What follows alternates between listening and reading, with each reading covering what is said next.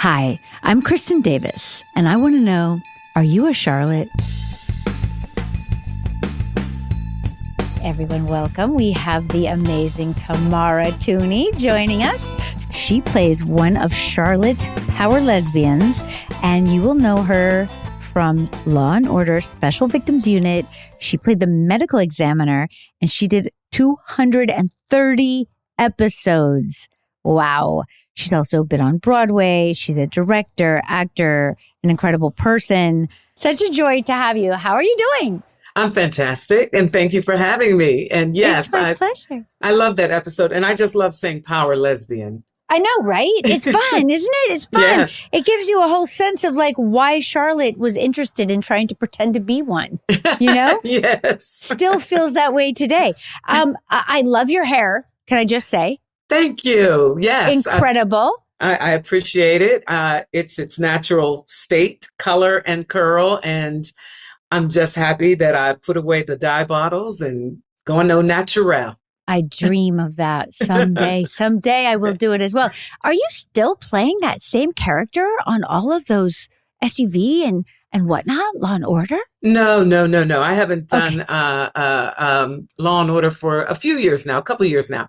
I did 23 seasons. Unbelievable. I mean, yes. As the same character, correct? As the same character. But however, the past 2 years, I did pop over into Chris Maloney's version of SVU Organized Crime as Melinda Warner with my natural hair color. Yes. Love it. That's amazing. I mean, how wonderful and rare and what a joy that you've gotten to span all of those different iterations of that show. Yes, absolutely. I mean, and it's not unlike your show in that it's the gift that keeps on giving. And I am very, very grateful for that. Absolutely. Absolutely. I love that. I love you're kind of just the quintessential New York actor where, you know, you've had these incredible opportunities on these incredibly New York shows. Absolutely. And the beauty of being in New York also is while I was doing Law and Order SVU, I was also doing As the World Turns back in the day. And at one point appearing on Broadway in Julius Caesar, all at the same time. And only in New York City can an actor do that. Incredible. Wow. I mean, that's just like a dream. It is. It's a pinch yourself moment, you know? Well, I do know. I absolutely know. And that's one of the things that we have loved so much about doing our show in New York. Not only is New York a character, as everyone always mentions, but you have access to these incredible actors. And Absolutely. especially in the beginning of the show, you know, it was another show added because there were the soaps, the old-fashioned, old-standing soaps. Mm-hmm. Then there was a phase like in the late 80s, 90s of sitcoms. You remember there was like Michael J. Fox. I was going to say, yes. Cosby, of course, Of course. Previously. Mm-hmm. But that was kind of would come and go. And I don't feel like sitcoms lasted. They moved more to Los Angeles for a while. Absolutely. And then, of course, Law and Order started, which started, you know, many versions, and SVU, you know, so many versions and so many actors employed there, which was wonderful. But we were a comedy that got to come in, single camera comedy as opposed to the sitcom. But the level of actor who's available to come onto the show was so high, you know, so impressive. Absolutely. I mean, come on, it's New York City. It's the cream of the crop, right? Yeah. And you know, those shows like Sex and the City, like Michael J. Fox's shows, and even the soap opera. I mean, most of us in New York City come for theater, and, you know, theater just doesn't afford you the opportunity to, you know, pay for your lifestyle in New York City, right? Yeah. So then all the film and television, of course, was, I always considered it like the subsidy in order for me to do my theater. Absolutely. Absolutely. And such a dream for any actor. Absolutely. Yeah. No question. So what do you remember, before we actually recap the episode, what do you remember about coming on the show? Like, had you seen the show? Did you know the show at the time that you came on? Okay, of course. Who didn't know the show, right? Well, because it was early days. It was early days. Season 2, right? Yes. It was season 2. And yes. And so, of course, you know, the show was a juggernaut, and, you know, everybody loved the show and everybody knew about the show.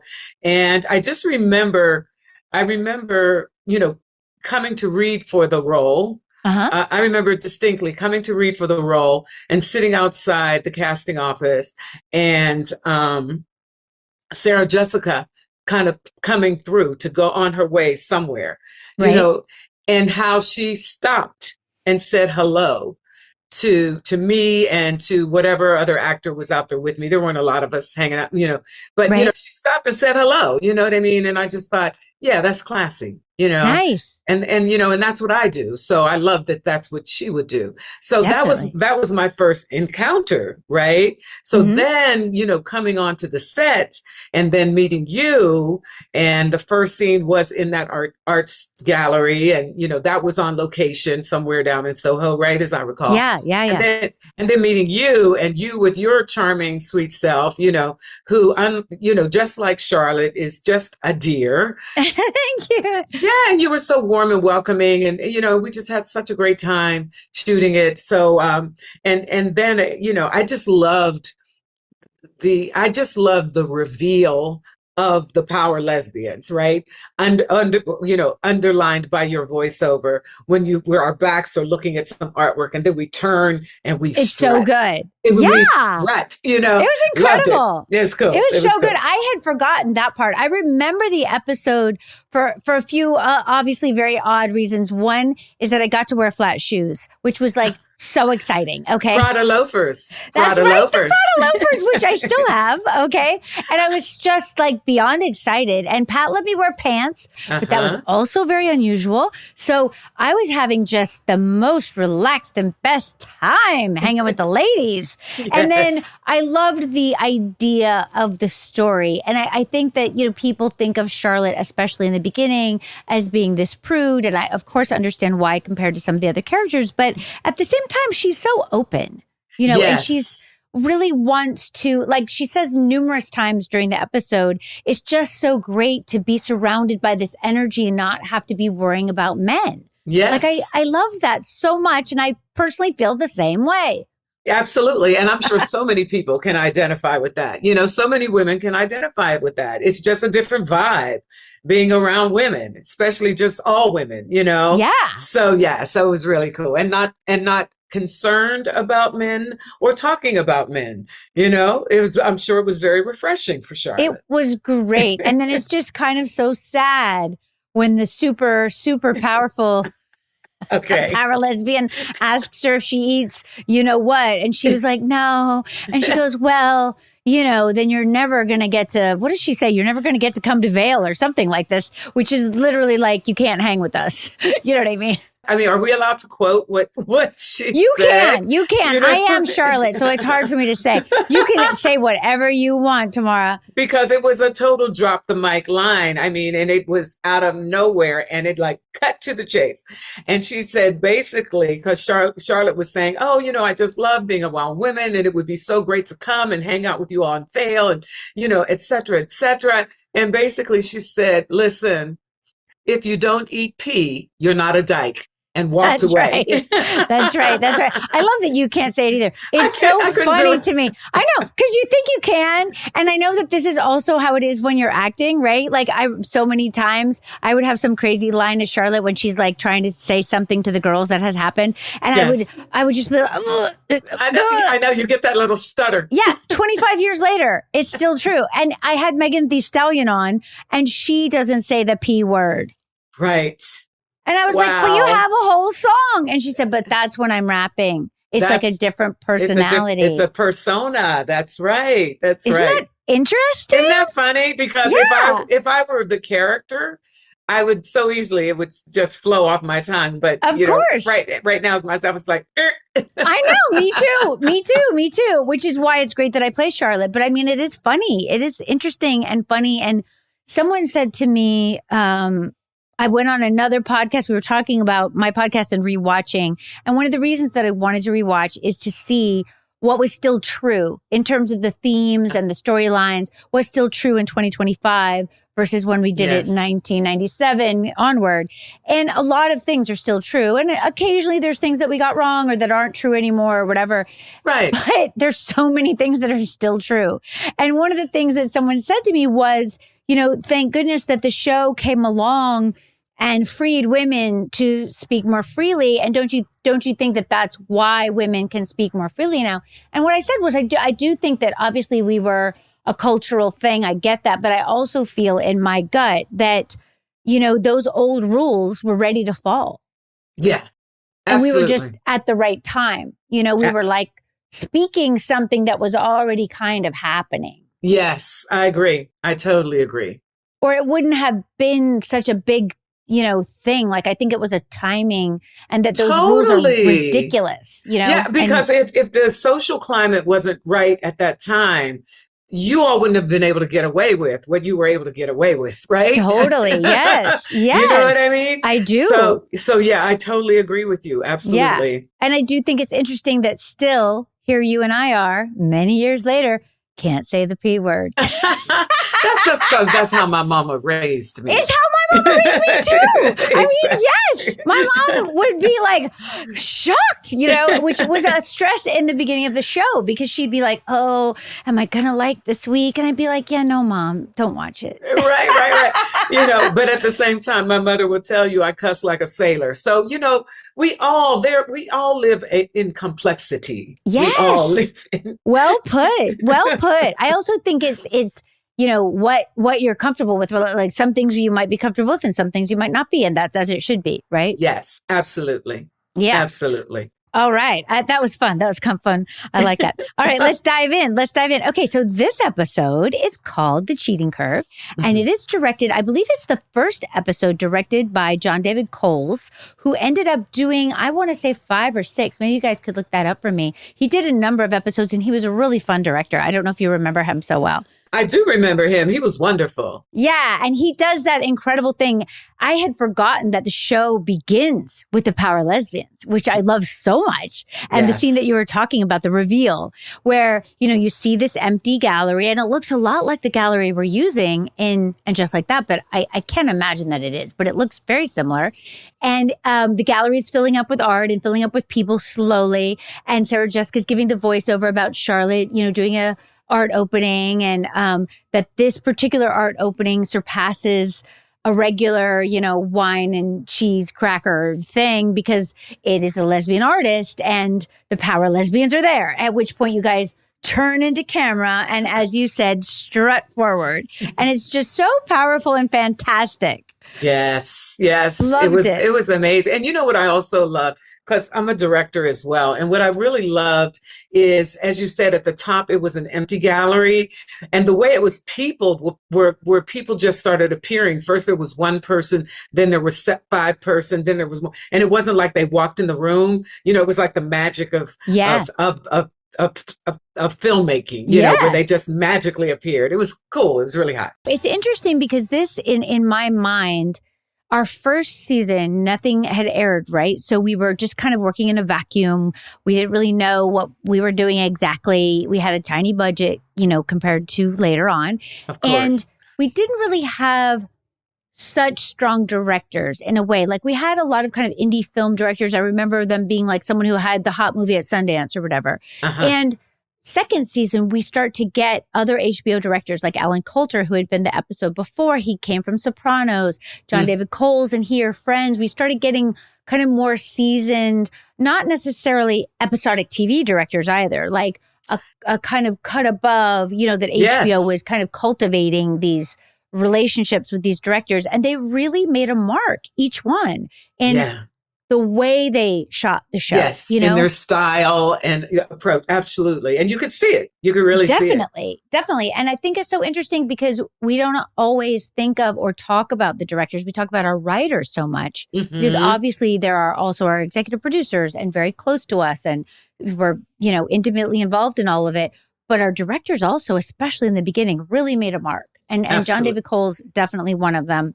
And one of the things I love, which is out of order, but when I go out afterwards to that bar, and he films through like a keyhole.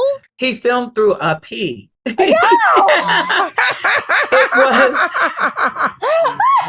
And this word I can say because it is the proper word for it. It was like a vagina. Right? No way. Yes, look at it. How did I not look at it? It was pink. and it was like vagina. That's what it Oh my was. God. I'm so dense and And so we were Charlotte like. dancing. Yeah, and you remember I'm Oh, dancing, yes. and I remember him really having some very specific ideas about how I should dance, because I was kind of going to do the kind of like Charlotte goofy dance, but he wanted me to do this kind of slow, dreamy dance, and I feel like he shot it in slow mo, which was very Yes. cool. Yeah, it was And beautiful. such a creative, very creative. And I remember any time way back then that we had anything dancing related, even like tangentially dance-ish, Sarah Jessica would get our choreographer to come in because she was so nervous. Because it was like her Broadway self, right? Like she needed direction, like specifics, right? Yes. Oh my God. I'm seeing a picture. What are you seeing? I'm seeing a picture of what he filmed through. I totally see what you're saying. Oh my God. Yes. It's pinkish red too. I don't know how I missed that. It is. Ooh, good Lord. That's hysterical. Wow. Go John David Coles. Really hysterically funny. Wow. Sometimes I'm very Charlotte. That's a very Charlotte moment that I didn't realize that. I'm sure I was so nervous about the dancing that I just wasn't even like paying attention. Well, I don't even think we saw it. I mean, I didn't see it until it aired. So I don't even know if we even saw what was being shot at that time. Cool. I feel better. Yes, because I was not aware. For sure. But go him, that's a great idea. I love it so much. It's very brilliant. Okay, I'm going to get back to my paper and try to rewatch.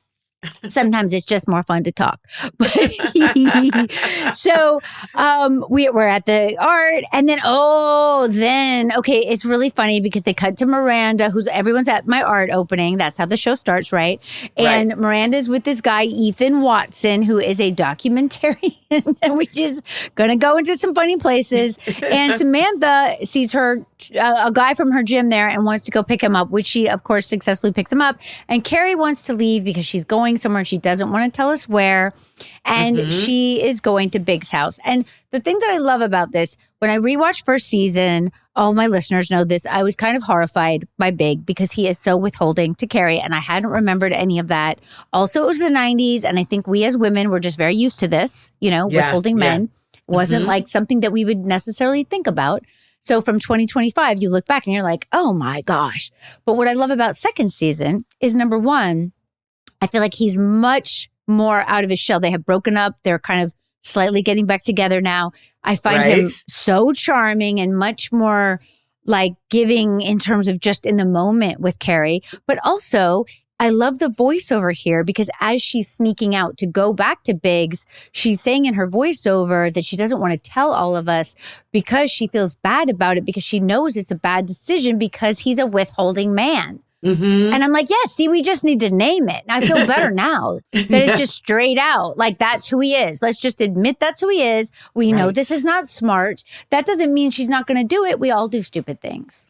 Well, also, we all, it's kind of like if you know what you're getting into and you choose to get into it, then, that's empowering too. You know what I mean? Yes. It's because it's like, you can always choose not to. Absolutely. I think that's why I like that she's naming it. Like, it's not like she doesn't know. Right.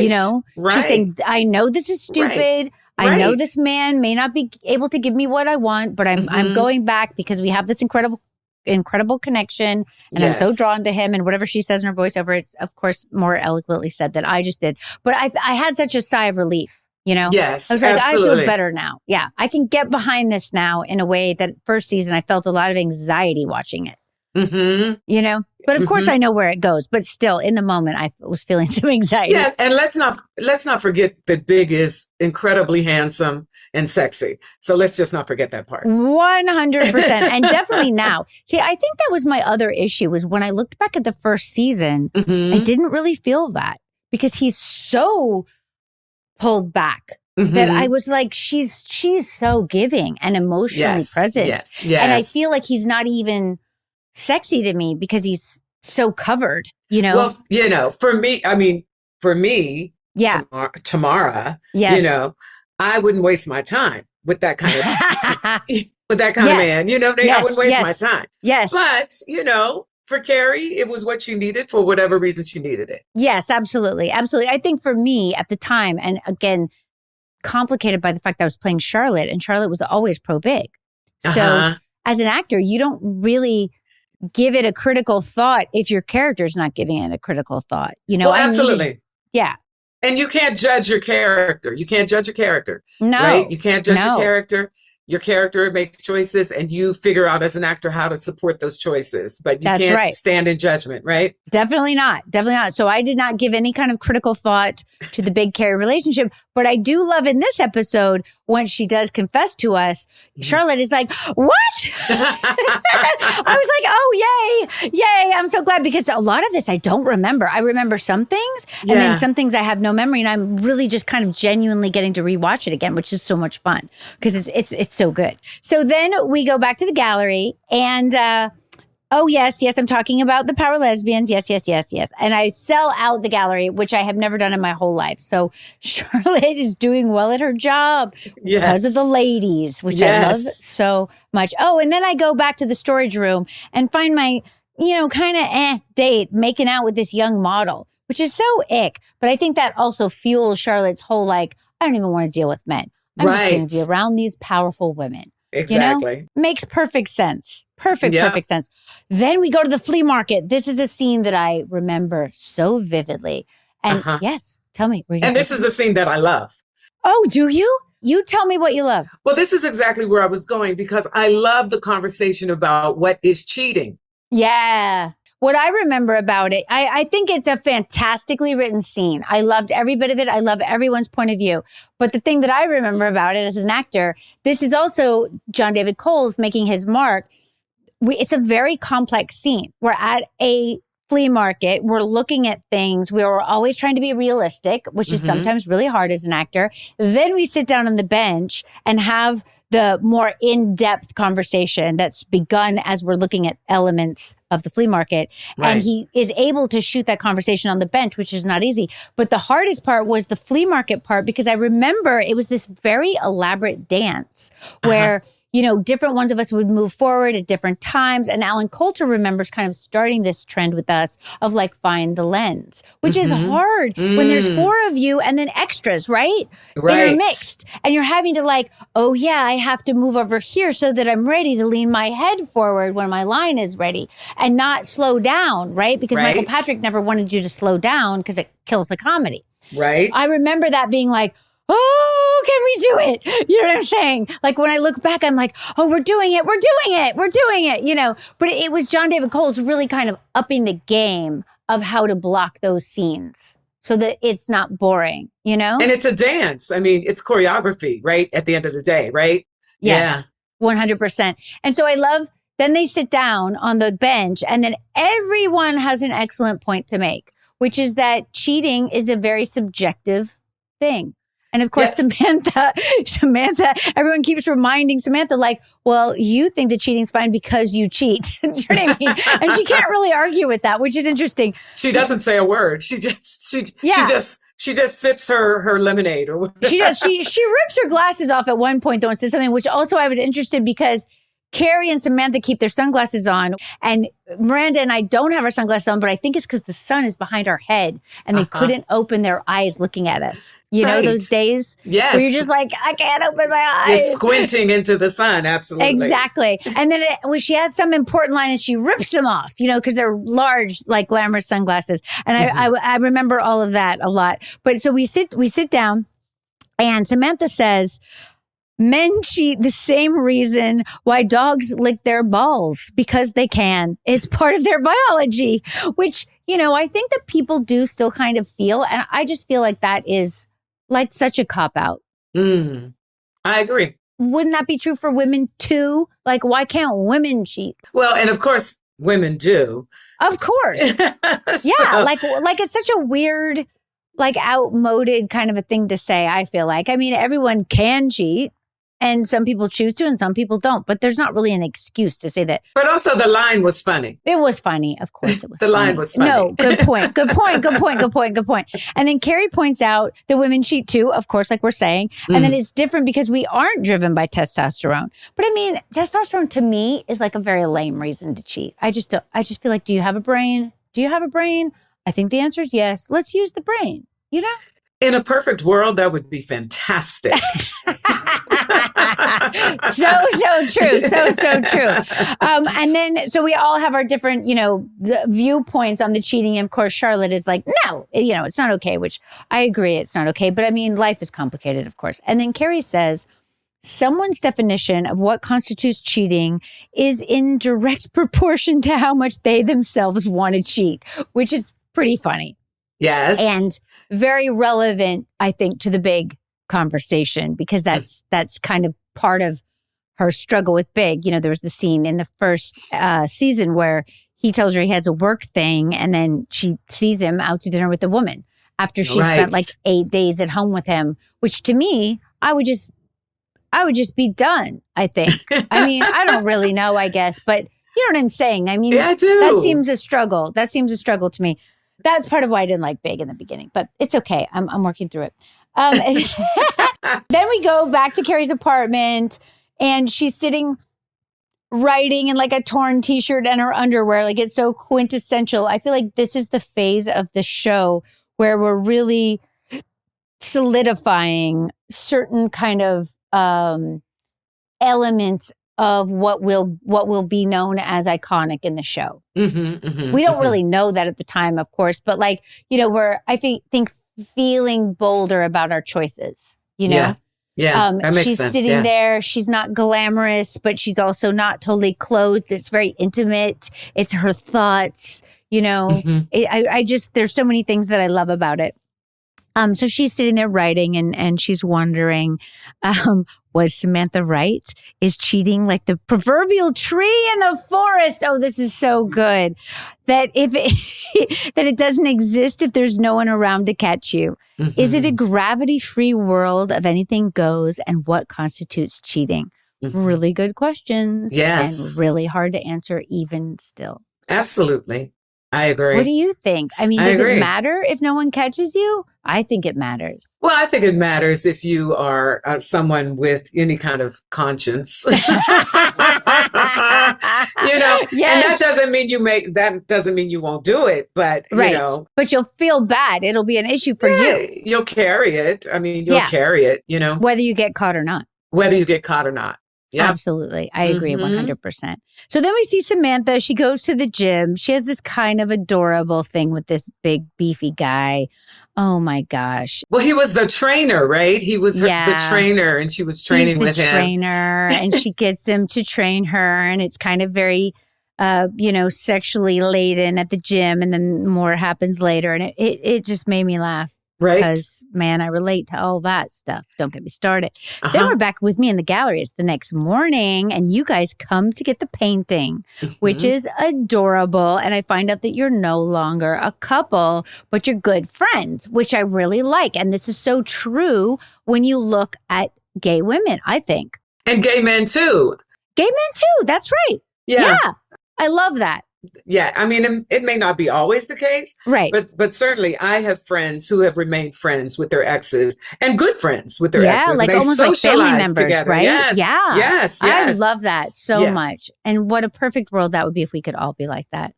And that's when you guys ask me out for drinks. Oh, and this is when I go out all night and dance, I think. And I make wonderful new friends, which is really fun. Yes. And then Miranda is on this date with this guy, Ethan. Oh, my good Lord.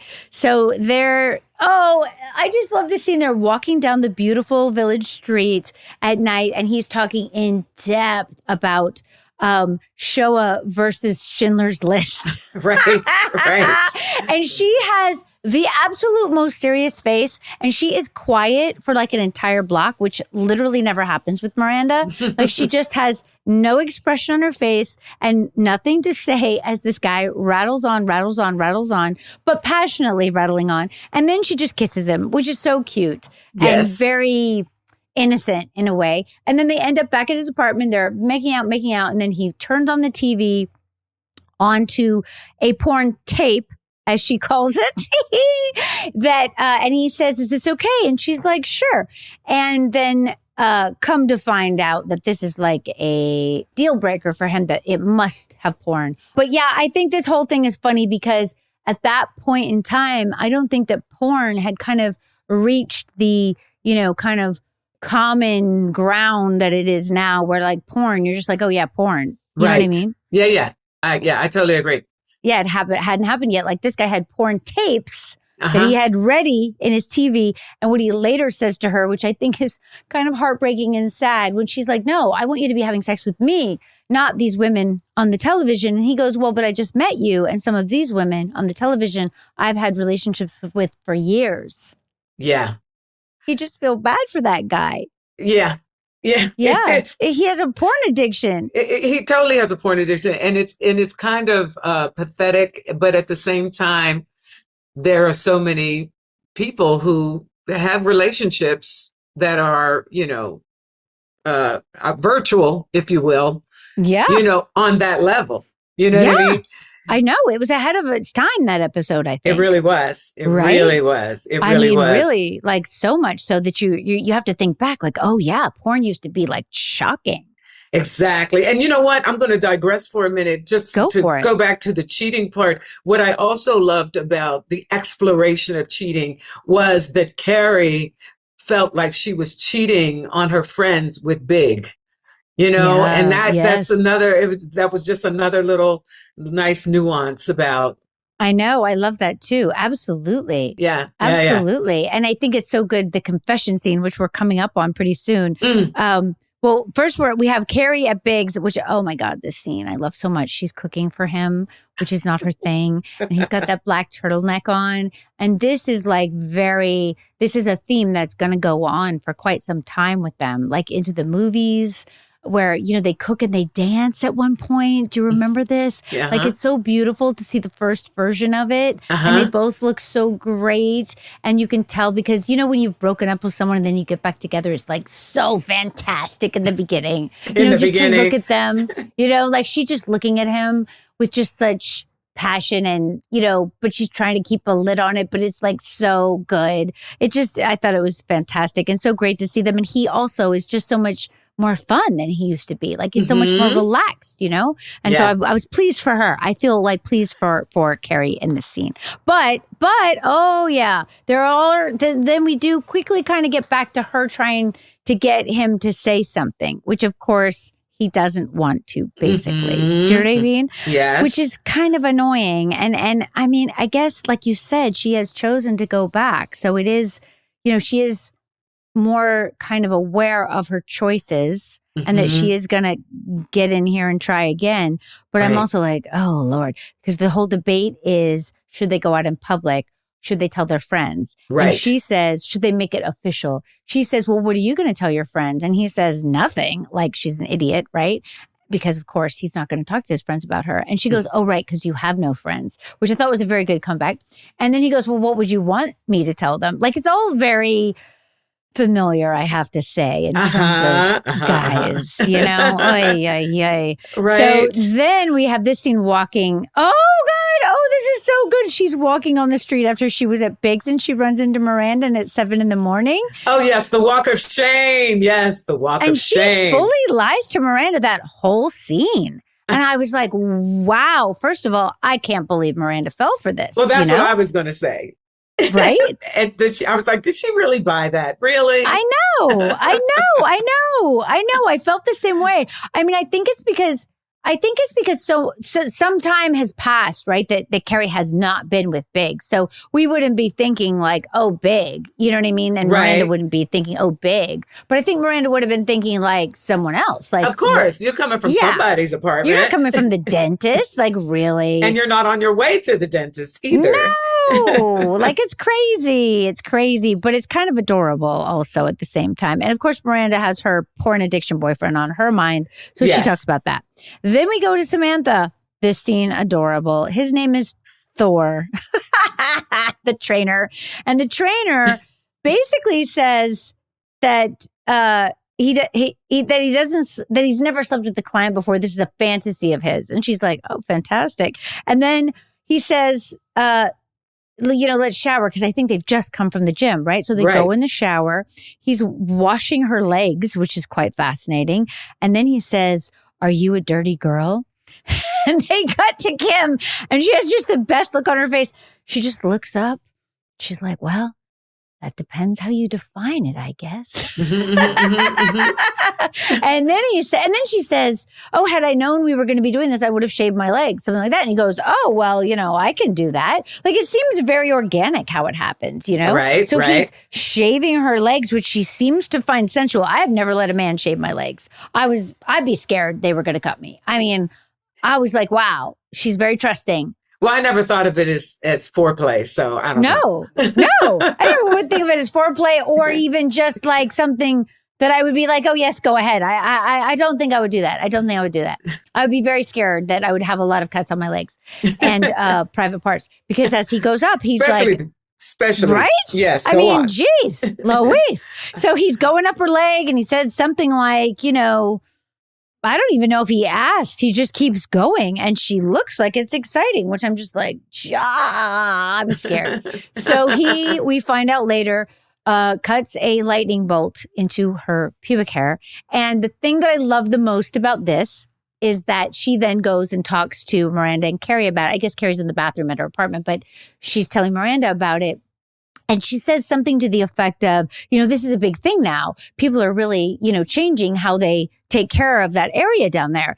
And man, is that an understatement. Like this was the beginning, okay, of that whole waxing situation that we went through for quite some time. And then I thought it went away. And then it seems like it's back. I'm not really sure. I would love for some young ladies to tell me how they feel about it on the Instagram page. So she's telling they're in Carrie's apartment.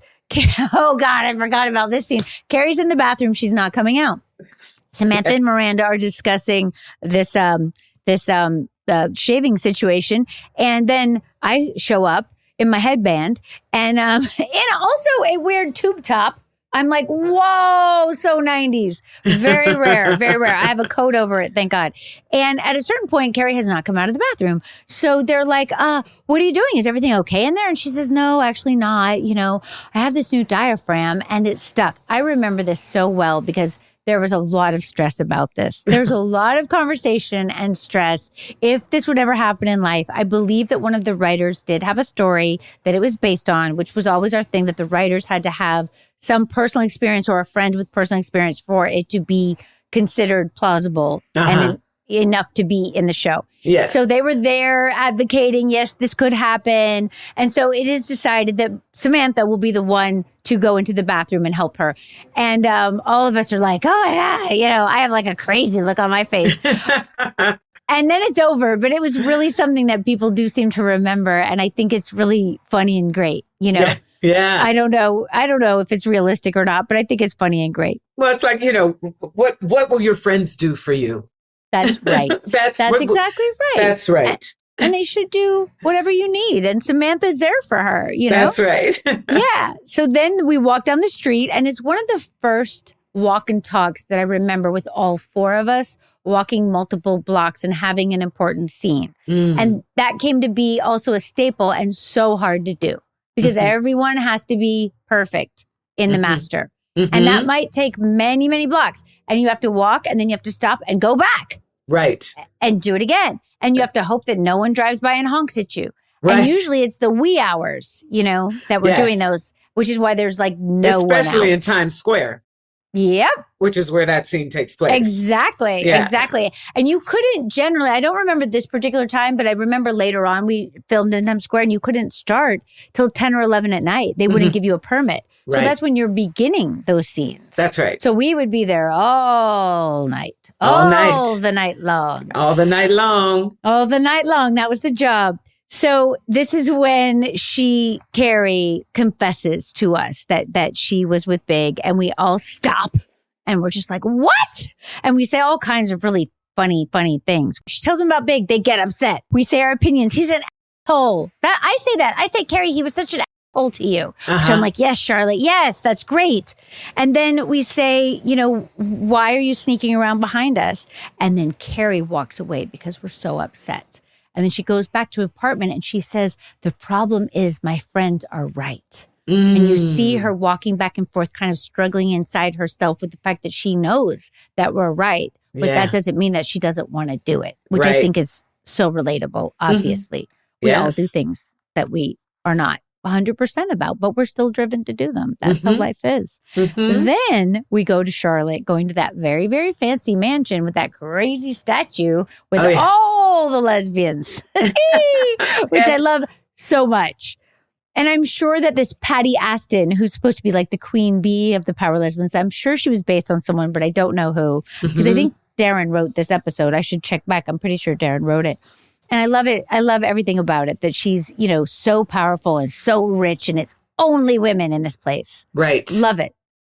And then I finally meet Patty, and then, Telluride. It's not Vail, it's Telluride. And they're like, her house in Telluride is so amazing. And I'm like, I'd love to go, because I'm just like, yeah, I want to be part of this group. Uh-huh. And then Patty asks if I'm gay. That's a very funny way that my producers wrote this down. And Charlotte says that I'm not. And then I say, but I just love the company of all the women, and it's so safe and warm. Which is so true. It's so true. And then Patty's just like, no, if you don't eat the pea, you can't be in the group, basically. And Charlotte looks really sad. Yes. Then, poor Samantha goes to the steam room at the gym, and there's a naked lady in there with a lightning bolt shaved into her private area. Mm-hmm. And the lady's all mad, and she gets up and she says he's such an asshole or some such. And then Samantha realizes that, it was all an act on this trainer's part. He was just going through all the clients. Right. Never a good feeling, even for Samantha. Mm-mm. Then Miranda is back at the porn guy, and she's decided that she's had enough. She asked him to turn it off. This is when she says, it's either them on the TV or me. And he says, the ladies on the TV I've had a relationship with for years. And it's just kind of sad. And she leaves, and he turns the TV back on. Yes, he does. Gosh, I wonder what happened to him.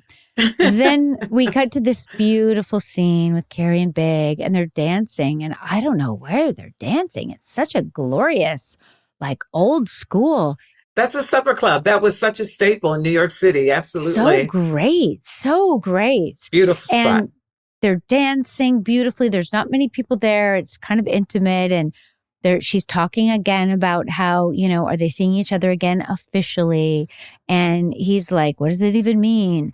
And then he says, well, why don't you tell me why we broke up in the first place? And she says this great monologue that he doesn't hear, but we hear, the audience hears, about how, could he ever love her the way she wants to be loved?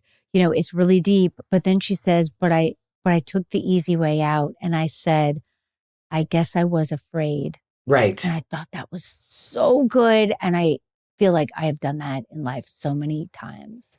You're basically putting it on yourself. Mm-hmm.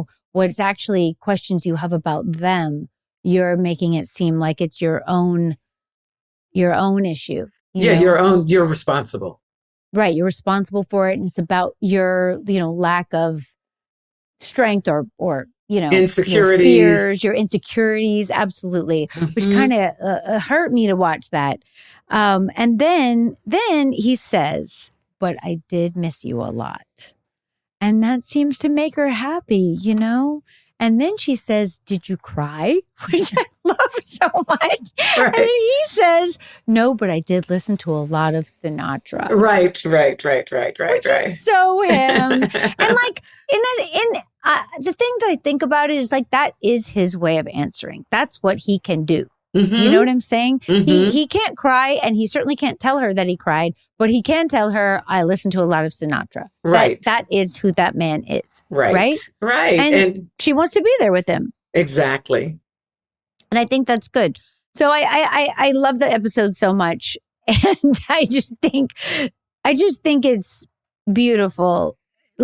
And so, there's such a kind of an innocence about it. Even though we're dealing with these topics, these, porn and this and that and shaving public pubic areas, whatever, things like this. But at the same time, there's a sweetness about it that I love to see. And it takes me back to kind of the newness of it all as a show, It's nice. It's a good one. I'm so happy that you were on it with me.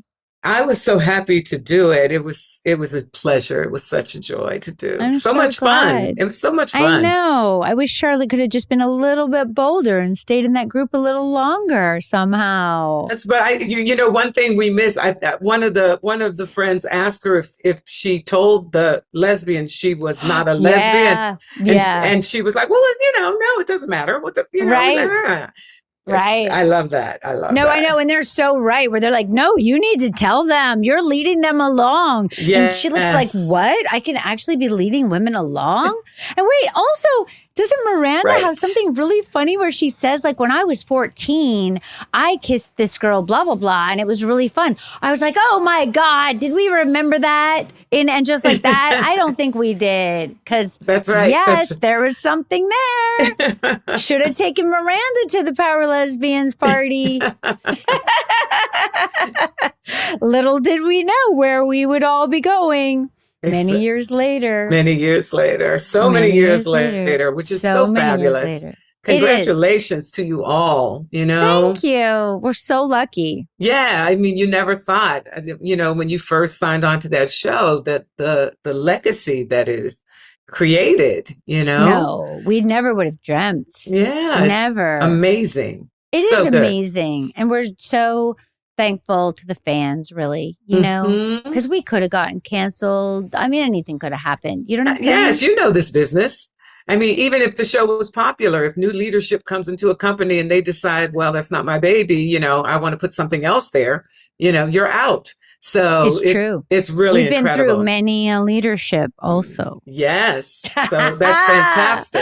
It And- is. It is. It is. And also, I just remember so many things about like I remember there was a time where they said, the show's not going to make it to syndication, partly because we were HBO, which didn't have a track record in this way, and partly because they said, women-led shows don't travel. And then we became this huge international, Yes. right? Yes. Like so many rules, so-called Yes. rules that we ended up breaking, thank God. Right. And then they very quickly forget. And then the next thing comes along and breaks them. And they're like, oh my God. And they're like, no, you guys, like there's this and then there's this and then there's this. Like, oh my gosh.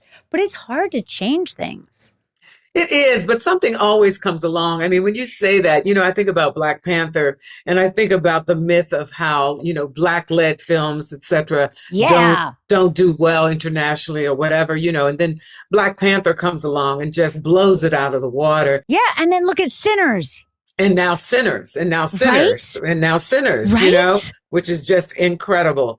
And then again, they're like, oh my God. And you're like, no, not oh my God. Like it's a surprise, Yeah. and fortunately, what we have and have had now is we don't need to necessarily rely on the marketing departments of the studios because that's where Black-led things or women-led things get stuck because they Yeah. don't put the finances behind marketing it, and so now that we have social media and the word of mouth is now, digital and all over the world, then, they're not necessarily in control anymore how a film or a TV show is received because the audience really has the steering wheel. So I think that's amazing. I think that's a really good point. I think the thing that's still frustrating to me is when you're pitching the things that they're like, Yes. And you're like, you guys, come on. And that boils down to leadership. Who's making the Yeah. decisions, Yep. and getting more women, more people of color in Yep. leadership positions who can greenlight stuff, as we Totally. know. As we And know. also there is the thing now too, where you can also make your own thing. It Yes. may not be in such a huge way, right? But as a calling card, as a way to get your foot in the door, Yeah. you can create your own content in one way or another. Thank Absolutely. And people are doing it now with their cell phones. So God. Yep. All right. I like that happy note to end on. It's been so great having you. Thank you for having me. It was a pleasure going down memory lane with you. It was a pleasure. I love to see you. Sending love to you in New York. Continue on. I will be watching.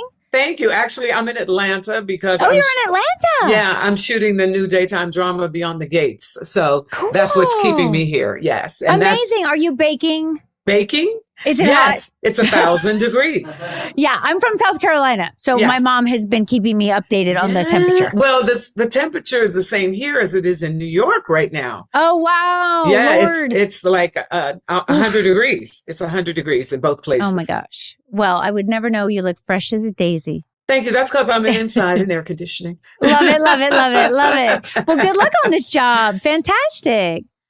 Thank you. Thank you so You're welcome. much. Thanks for being with me. It's been a joy. Oh, good, good, A good. pleasure. I look forward. Okay, Till bye, next Tamara. time. Yes. Bye-bye. Bye.